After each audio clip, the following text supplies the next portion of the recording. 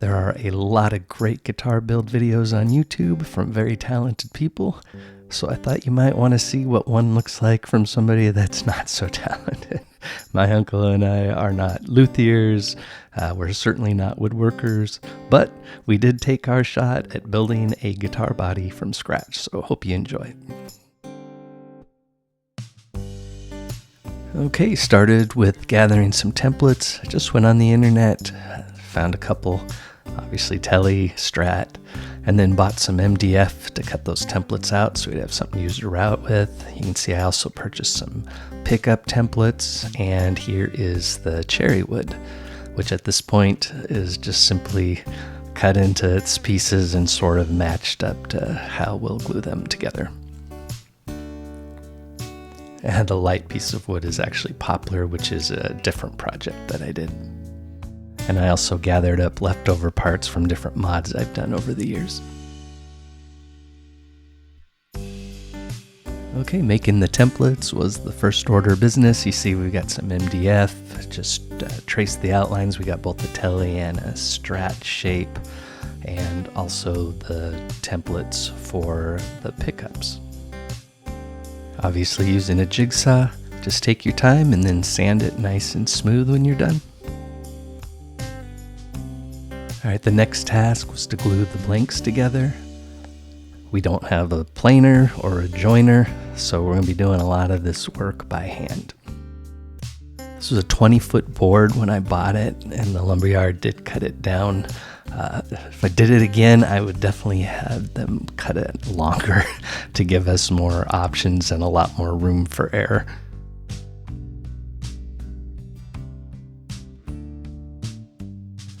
We just used a table saw to cut these blanks and then just did a little light sanding so they would fit together very tight. And we did better on some than on others, but it worked out pretty good. Those imperfections there will get sanded out. They're just on the surface.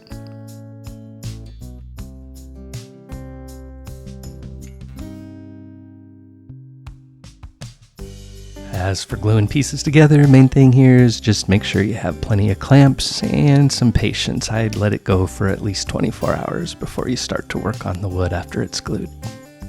And that extra glue that spills out on the surface will easily be sanded off.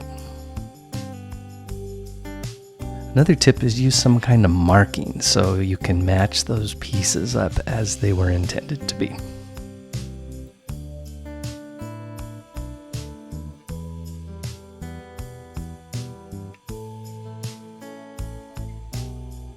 And after a day or two, it's time to remove the clamps, and then that's when the real work begins.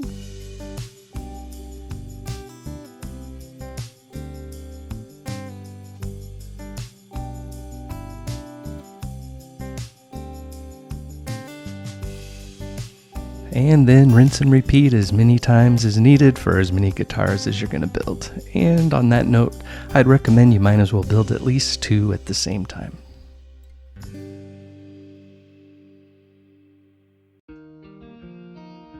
Just occurred to me, I kind of blew past the whole gluing part, so just use any kind of wood glue. I use Tight Bond and just spread it around with my finger. Don't worry if you put too much on there, you can always wipe it off once it's clamped together.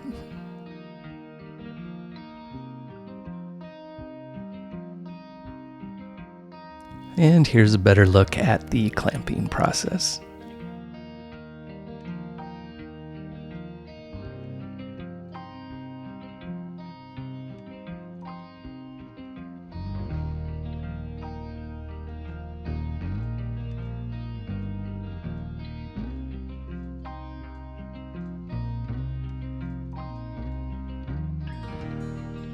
And just like that, we now have several guitar blanks ready to go.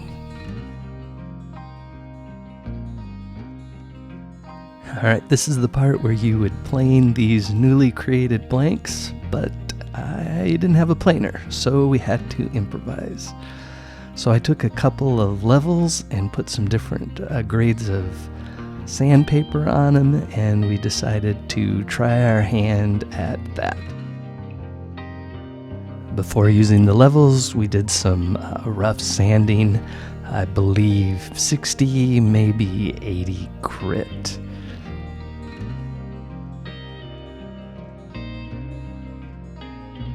And just using a level here to get an idea of what our starting point will be.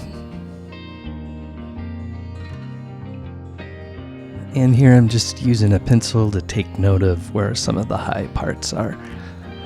I was actually surprised that 60 or 80 grit sandpaper did fast work, and it wasn't nearly as far off from level as I would have thought it would be. You know, just go slow. Let the sandpaper do the work. Don't try to force it by pressing too hard, and you'd be surprised how well it'll level out. Just taking your time and working carefully.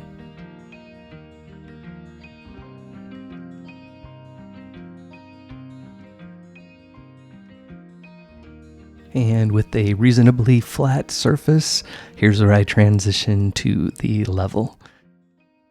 Alright, I'm going to breeze by this section on the video, but understand this is the part where you really want to take your time. Having that blank as level as possible will be very important for everything else that you do from this time forward. So, you know, back and forth between the sanding and the leveling, and you just keep doing that until you get it as absolutely perfect as you can. Okay, at this point it is time to finally make this thing look like a guitar. So we used our template to trace around it, and we are going to use a jigsaw to do the actual cut. You just want to make sure you don't cut too close to your line, because you'll ultimately use a router to sort of fine-tune that shape. And so embarrassingly enough, somehow I switched my camera into photo mode, so I don't have a video of us actually cutting out the shape. But, you know, it's a jigsaw going around wood in the shape of a guitar. So with the body all shaped, it was now time to put the template on and do the routering. Full disclosure here, neither of us had any experience with a router, or in my case, at least since 11th grade shop. So we practiced first on some scrap wood, which was a really smart thing to do.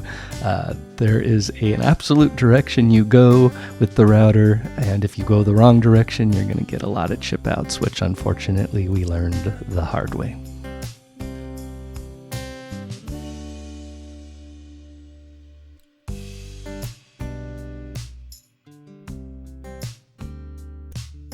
And here's where I finally figured out it was in picture mode, so we are now back to video. Using a hand router, understand you'll need a couple different bit sizes and probably need to do 2 or 3 passes. And here comes the first painful moment in the process, the chip out. These things happen.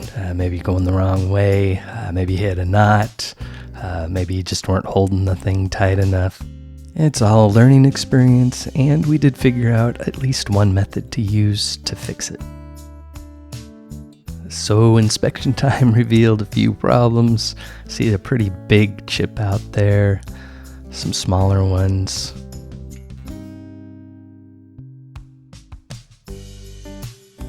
Another pretty big one there. Fortunately, I was able to find one piece that came off, so that was an easy fix. Just glue it back into place. But we had to be a little more creative with the rest.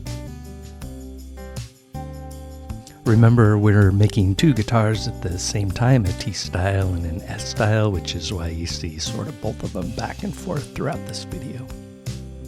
For the build section, I sort of go back and forth between them, but when we get to the assembly section, I'll show them both. Okay, so here we are now fixing the errors that we made in the routing. The larger piece I was able to retrieve from the floor was a pretty easy fix. Just glue it back in and clamp it. So for the rest of the troubled spots, I used the tried and true method of mixing sawdust, which is why that was a tip earlier in the video, to save some of that, with wood glue, and made kind of a paste. Filled it all in, and then just go back and treat it like you would any wood after that as far as sanding goes.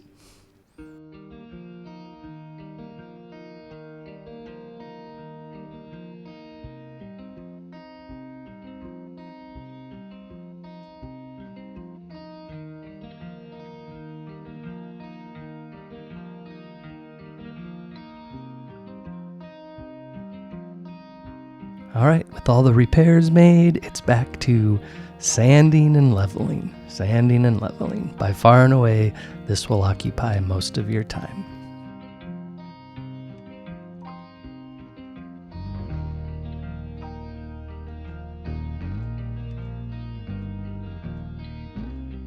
There are some round sanding tools that you can purchase that you can attach it to your drill, which I highly recommend for getting into these trickier areas. All right, at this point, it's time to establish your neck pocket and your center line. This is very important for making sure everything lines up. I literally just put my neck down on a piece of MDF and traced around it. This doesn't have to be super complicated, but you do want a nice tight fit. So err on the side of smaller and sand it away rather than make it too large. And you see here, Uncle is fine-tuning the leveling so he can do the same. And here's what that all looks like. You can see Uncle's got the neck clamped down to the body in the position that he wants relative to the center line. And always have an expert to consult on standby if you have questions. Alright, here we are preparing a template for the neck route.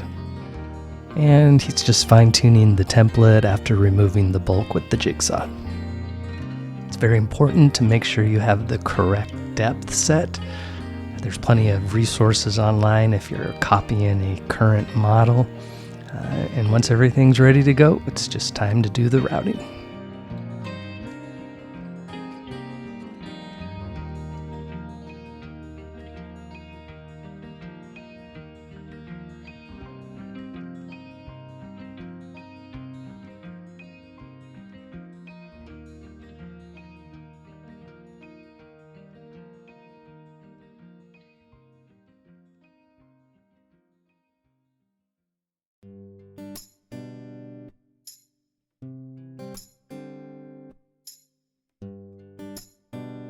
Alright, I preached the importance of making sure the depth was correct. Well, here the router slipped underneath the template and basically took away a huge edge of the neck pocket, which is arguably the worst place to make a mistake. You can just see how distraught I am in this video.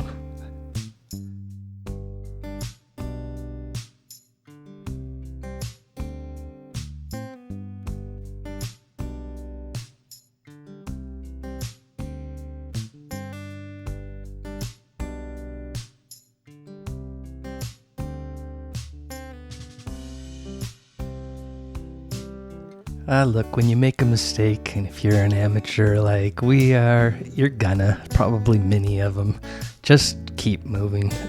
It also gives you some creativity skills. You kind of have to figure out how to fix those problems, because given the amount of time and effort we put into this, the last thing I'm going to do is scratch it and start over.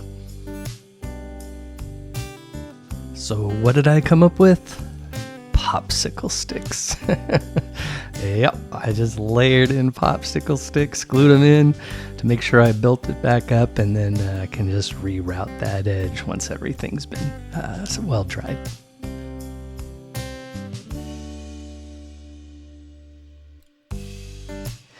Alright, now we are getting to the fun stuff. Here Uncle is mounting the neck. Like I said, this is actually a recommended step before doing any other routing, because you can use a straight edge along each side of the neck to make sure everything's going to line up perfectly. We opted for screw-on necks, as they are more traditional for the Telecaster and Stratocaster style bodies we've chosen.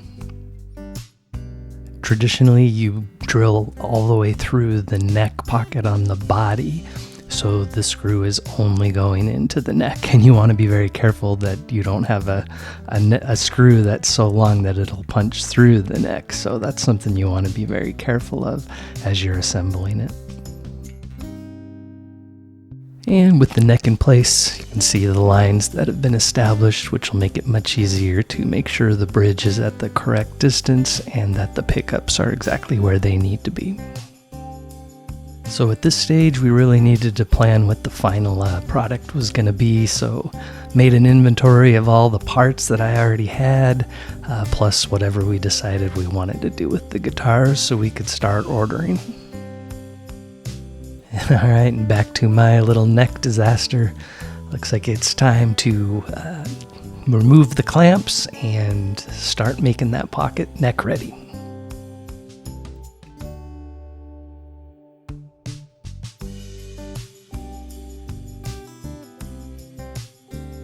And now it's just time to make sure that the neck fit nice and snug, which fortunately it was. So now I'm ready to move forward with my uncle.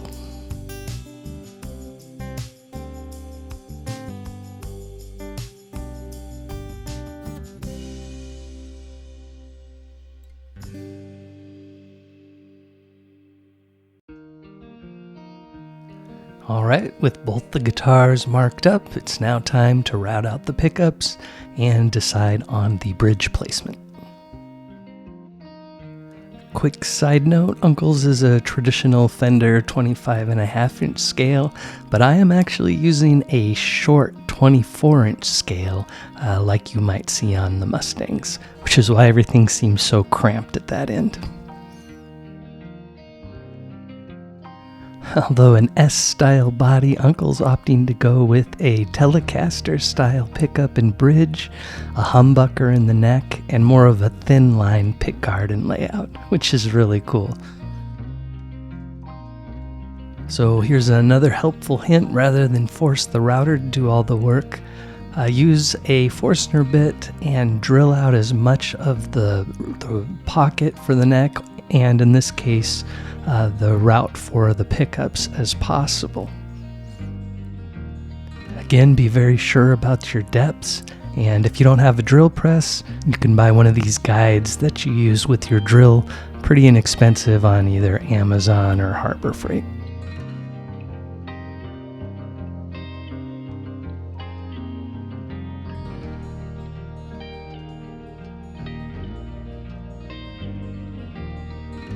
And with the bulk of the work done by the drill, it's time to route out with the template.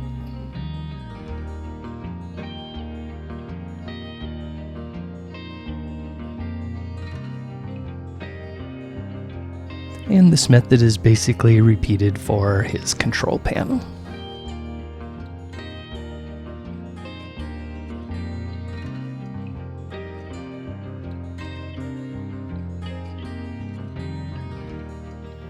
And here he is putting on a traditional Stratocaster edge all around the body.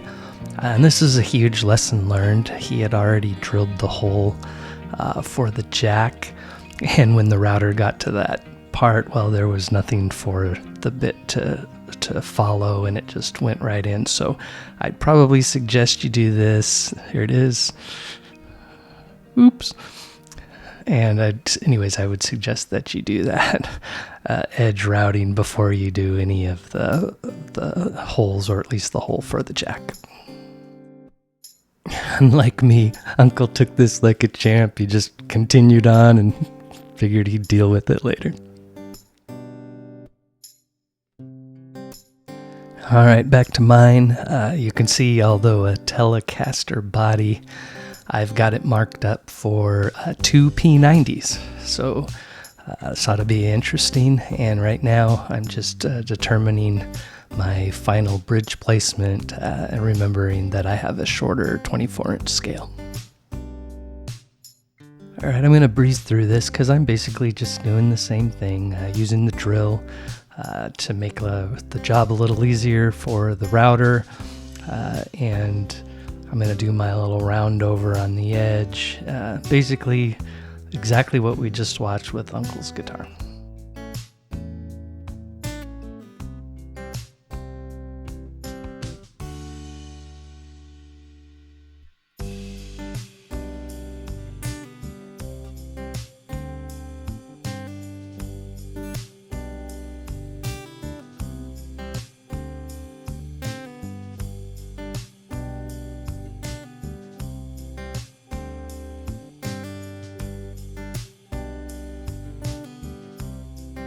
So I decided I wanted a belly cut. So I grabbed one of my guitars that had one so I could kind of use it as a template.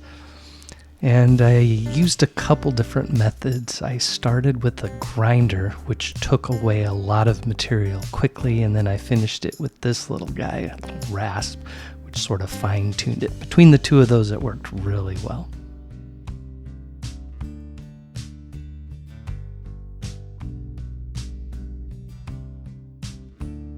Uncle opted to do the same thing with his, but he chose to do it at home, so I don't have any video of that.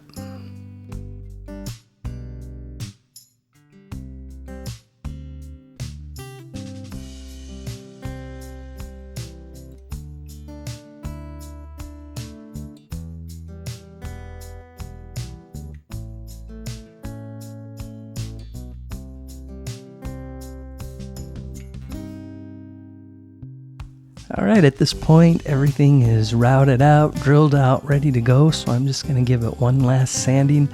I believe I finished somewhere around 320. So then whatever I decide to do finish-wise can bond with it pretty well. And Uncle's doing the same thing, both putting on the final touches before we put on some kind of finish. All right, Uncle opted to go for a natural finish, so he's using something called True Oil, which is a really fantastic finish to use on guitars. You just have to use a lot of coats and take your time. And I wanted something a little more colorful, so I'm actually using a Rit dye, kind of a burgundy color. I know Cherrywood eventually darkens into something like that, but I'm too lazy to wait, so that's what I'm going to do, and then I will also put a True Oil coating once I have the color down.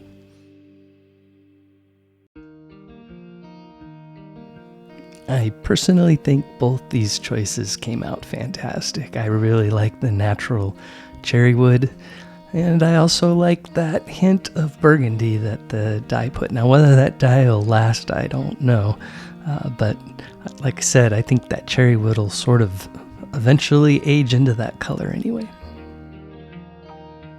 Another helpful hint, particularly if you have a porous wood, is you might want to consider a filler before you put on any kind of a finish, just so it doesn't take quite so much to fill in all the pores.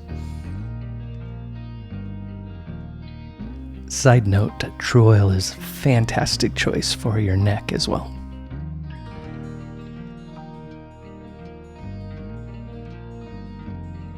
Also, if you're going to build your own guitar, you might as well add your own logo to it. So that's just a simple water slide that we put on the guitars. Very cool personal touch.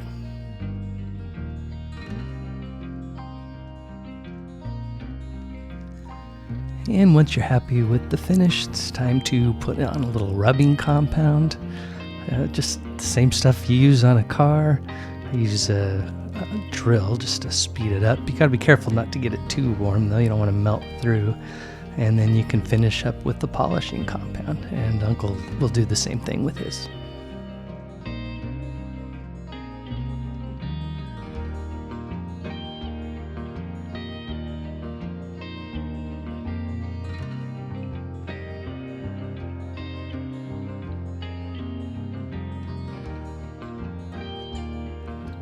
Okay, this is a very important part. It's time to address the neck. In both of our cases, these are purchase necks. Just, cheap $50 necks you get off Amazon or Temu, whatever you like. And you got to put a little work into it. Usually the frets are not level. The edges are sharp. So I'm just kind of showing you the different tools, crowning tools. That goofy looking ruler is what you use to make sure the neck's straight. That's called a fret rocker. You identify the ones that are high. I like to use marker. And then depending on how severe it is, you either file them all down equally or maybe just address one or two as needed. So don't skip on this part. The neck arguably is the most important part of the guitar. It's the part you interact with the most. So take a little time to make sure that that neck is as level as you like it. A little bit of relief is fine.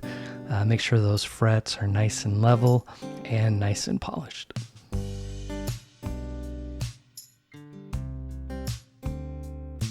All right, the part we've been waiting for, the final assembly. I'm going to focus on Uncle's guitar first, followed by mine. I'm not going to do every minute of this. There's a lot of this stuff you've seen many, many times on other videos, but basically make sure that the pickups are wired, make sure that everything fits, make sure that everything works, and then probably the majority of the time is the actual setup. So the guitar is intonated, the actions, the height that you like, all that fun stuff.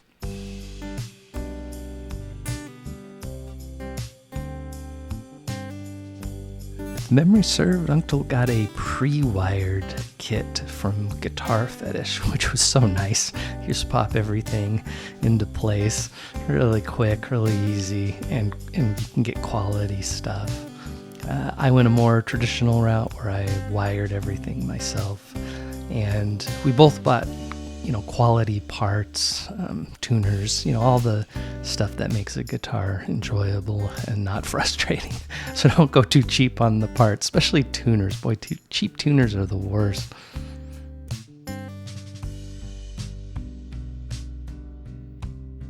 Also remember, necks are made out of hardwood. This is maple, so it's important that you drill some guide holes so you don't break off your screw inside the wood. That's a nightmare.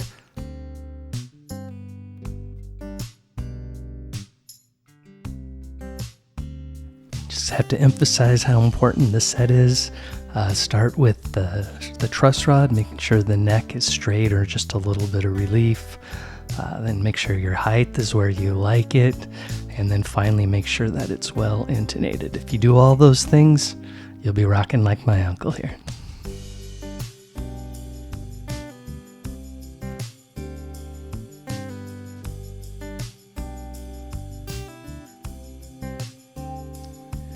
All right, my turn for assembly. I'm pointing out I put in a new nut. The one that the guitar neck came with was pretty crappy, and in doing so I completely trashed the wood at the end. It chipped a bunch of it, but I was able to glue it back.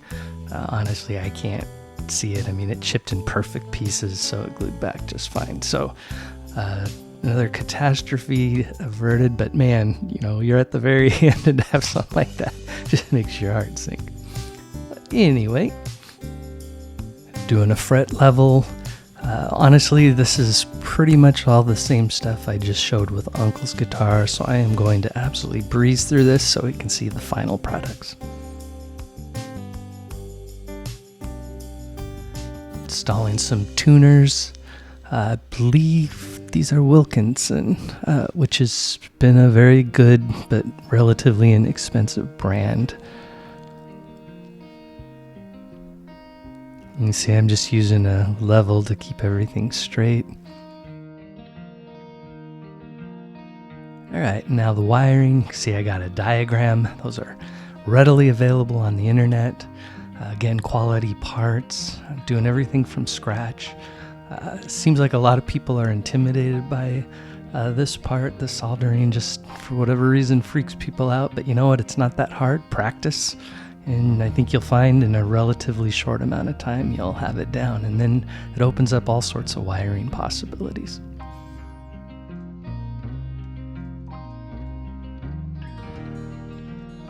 And I'm just using the typical Telecaster wiring. It's got a 3-way switch, and basically 2 P90s are 2 single coil pickups, so it's in essence the same thing. And as you can see, I've gone with the gold hardware all around the guitar, which actually just looks great with that kind of burgundy color.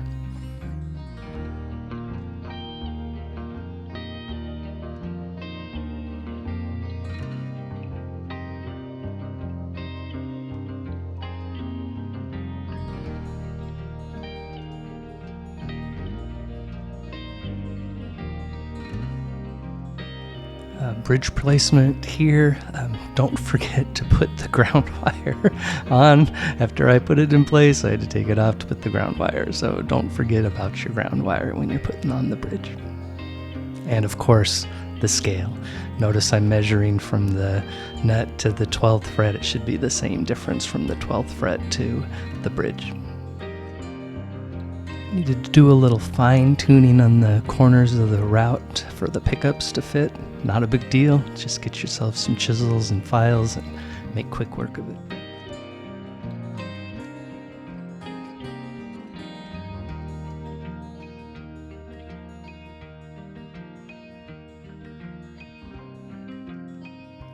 Coming down the home stretch, just got one more pickup to go.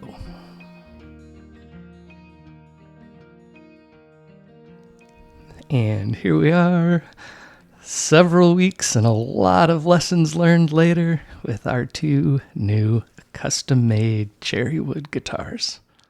I guess it's protocol to let you hear it, so I'm going to play this video out with an original tune using exclusively my P90 Telecaster.